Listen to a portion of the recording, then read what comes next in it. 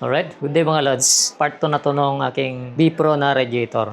So ngayong araw naman, magtatabas na tayo para sa ating fairings para mag-fit kasi hindi talaga maiwasan, may tatabasin talaga. Inumpisahan ko na yung pagtatabas mga lods. Ito, tinanggal ko na to. Ito yung lagayan ng may rubber.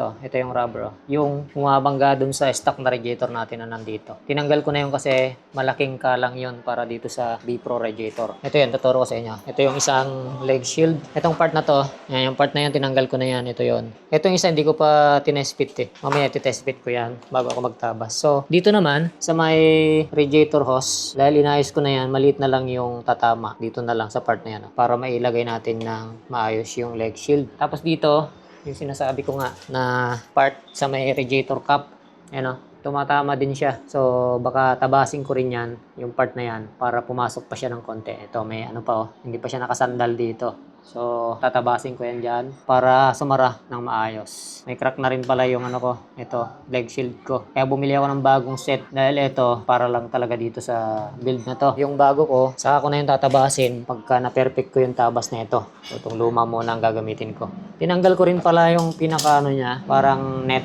dito. Kasi itong part na to, tumatama rin dun sa may reservo, yung tubo ng B-Pro. Yung tubo niya kasi diretso eh. Dapat sana nakalihis na ganun eh, para hindi tatama. So, tumama siya dito. Kaya tinanggal ko rin siya. Pero baka ibalik ko rin to. Itignan ko kung ano yung maaari kong gawin dyan. At tabasin ko muna tong part na to.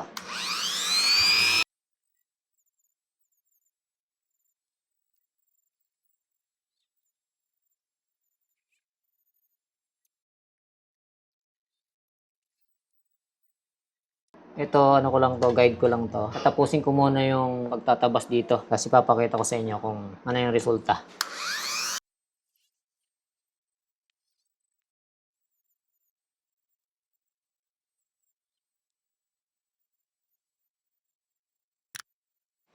Okay mga lods, ito na siya. So, malapit na to matapos. Ano na lang to, finishing na lang. So, ayan o. Hindi siya ganun kaganda, pero hindi naman ganun kapag. Sakto lang. Dito, babawasan ko pa dito. Ayan o. O, diba? Doon sa may radiator. Yung titignan natin, ayan o. So, dumikit na siya dito. Titignan ko kung magbabawas pa ako dito para mas lalo siyang yumakap. Maglalagay ako ng foam dyan mga lods para sa vibration hindi makalampag. Foam na nakadikit dito. Kagaya nung sa stock foam, lalagay ako dyan. Ayan. So, malapit na ako dito sa side na to. Finishing na lang. Tapos, isusunod ka na yung kabila. Doon. Alam ko may tatabasin din dito kasi parang parang nakabukol to eh. Itong part na to. Tatry kong magtabas. Ayan yung tsura niya. O, diba? Mas maganda kaysa yung nakabukang-buka. So, sacrifice yung fender. Mas okay siya. Tignan. Ang hirap ilagay nitong bolt dito pagka hindi nakatabas dito. Parang mabibend ng todo dito sa gitna na to. Kasi ito nakabukang ganun. Tapos ito, bumabangga talaga siya. Ayan yung pinakamagandang pwesto ng hose na nakakita ko eh. Tapos tabas na lang ng konti pa dyan. Tapos doon na tayo sa kabila. I-update ko na lang kayo. Okay, so andito na ako sa kabila. Tatabas naman ako dito. Kung gusto nyo mahirapan kagaya ko, magkabit kayo nito. Bumili din kayo ng radiator na to kung gusto nyo mahirapan.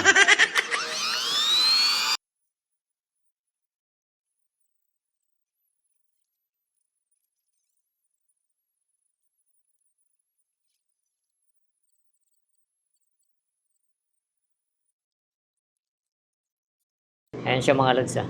O, diba?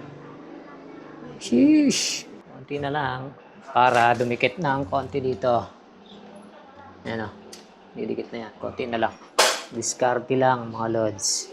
Kikinising ko na lang yan. Pakita ko na lang sa inyo yung finish product nito. Outcome na ang ginawa natin. Ayan o. Nakita nyo yan. Pantay na siya mga lods. Yakap na sa radiator yung ating fairings. So hindi kagaya nung hindi mo tatabasan. Talagang nakasakang bukang-buka. Ito, talagang fit na siya. Ayan. Papakita ko sa inyo yung mga tinabas ko. Una, dito. Ngayon na may tabas dyan. Sakto lang yung hose na to. Tapos, pangalawa, dito. So, may radiator cap. Ayan yung tabas ko sa kanya.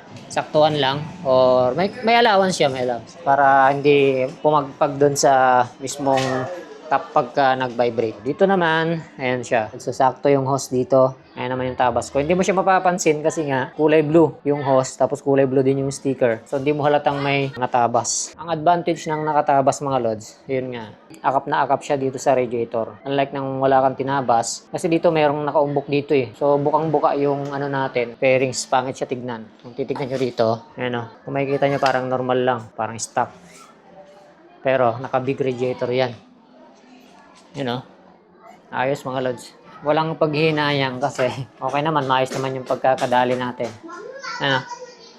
Medyo napalaki pa nga ng konti ito eh kasi hindi mo siya masisentro kapag hindi nakabolt dito. O, okay na rin. Maganda rin yung kinalabasan.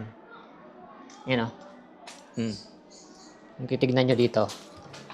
Yan o. Diba ayos? And then, dito rin sa kabila. Same sila. So, yakap na yung radiator. Naka-bolt na yan mga lods. Ayan. Hindi na mahirap i-bolt. Kagaya nung hindi pa natabasan, mahirap siya i-bolt. Ano, kung titignan nyo, maganda na siya. Pantay na. Success mga lods yung pagtabas natin. Meron naman akong bagong kaha dyan. Kaso parang mas gusto ko pa rin itong luma kasi syempre ito na yung natabasan ko eh. Siguro yung bago, pwede ko rin namang tabasan para magamit ko siya. Okay na muna ako dito sa luma. Siguro yung bandang likod lang ang papalitan ko. Or kung ilalagay ko ngayong bago, tatabasan ko ulit. At least alam ko na kung saan yung tatabasin. May guide na ako. Balak kong ibalik yung ano dito, yung screen niya. Kaso nga lang, may isa pang problema dito sa kabila, sa may radiator. Kung napapansin nyo, may hose dito ng reserve coolant. Ito. Sa may radiator. Nakatusok kasi yung ano niya eh, pang reserve coolant niya eh. Nakaturo palikod, kaya bumabangga to. Balak kong ipabend yung ano na to, yung tube na maliit na yan. Ipabend papunta doon, papunta sa loob. Para hindi siya bumangga rito. Isa rin yan sa nakabangga rito sa fairings eh. Bukod dito sa radiator cap. Ngayon, okay muna yan sa akin. Saka na, baka mamaya mabalik ko pa yan eh. Eh, hindi naman mumurahin na radiator. Baka mamaya mapagastos pa ako.